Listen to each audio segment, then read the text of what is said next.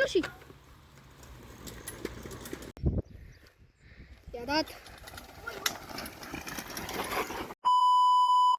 De acolo, gen de sus, Salutare, de la casa fraților, aia, sunt Matei și ăsta este primul meu videoclip. Sunt aici cu Luca, Rodaur, dar îl cheamă Alex, Sebi și cu Ianis și o să ne dăm pe bicicletă și o să facem mai multe. O să cameramanul o să filmez când o să-i dăm pe aici. Este mai multe. O să revenim când o să ne dăm cu bicicletele pe aici. Pa, pa.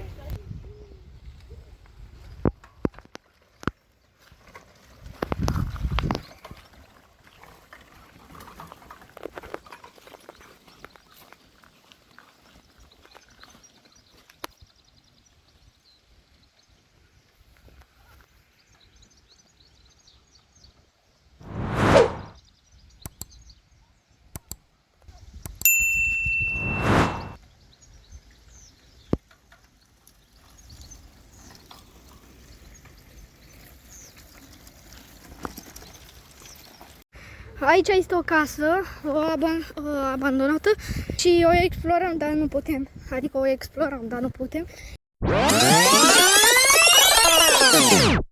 Și o explorăm, dar nu putem. Adică o explorăm, dar nu putem, fiindcă este închis locul.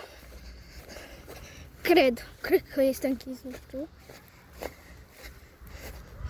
Da, este închis. Uitați, este lemn pus acolo și o să explorăm niște case mai dincolo. Și o să mai dăm niște. Mai coborâm cu bicicleta.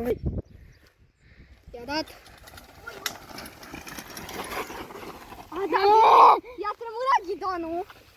Ești bine? De ce te-ai dat? De ce te-ai dat? Mi-a fost frică că se tremura rău de tot. 3, dai nu și.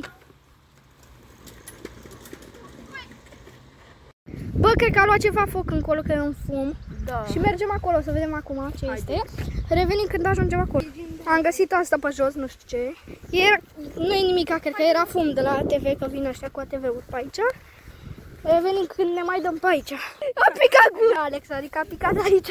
S-a împiedicat direct de iarba asta mare. A picat și mergem cu Sebi. Și mergem aici la apă, că e apă. Mă, dar abia au intrat Sebi, o grămadă. Mergem aici, că e apă. Mai stăm. Aici apă, da. Ne ducem, ne băgăm? Nu ne băgăm. Bun. Am ajuns la apă. Oricum. Cred că o să mă dau de acolo și explorăm, uite casa aia. Uite aia de acolo. O explorăm și când vine Vlaca s-a dus așa din poșă și revenim.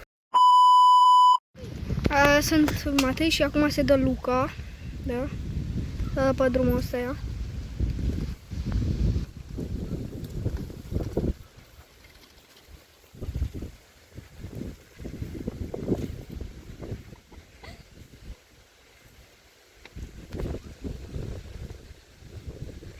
Gata.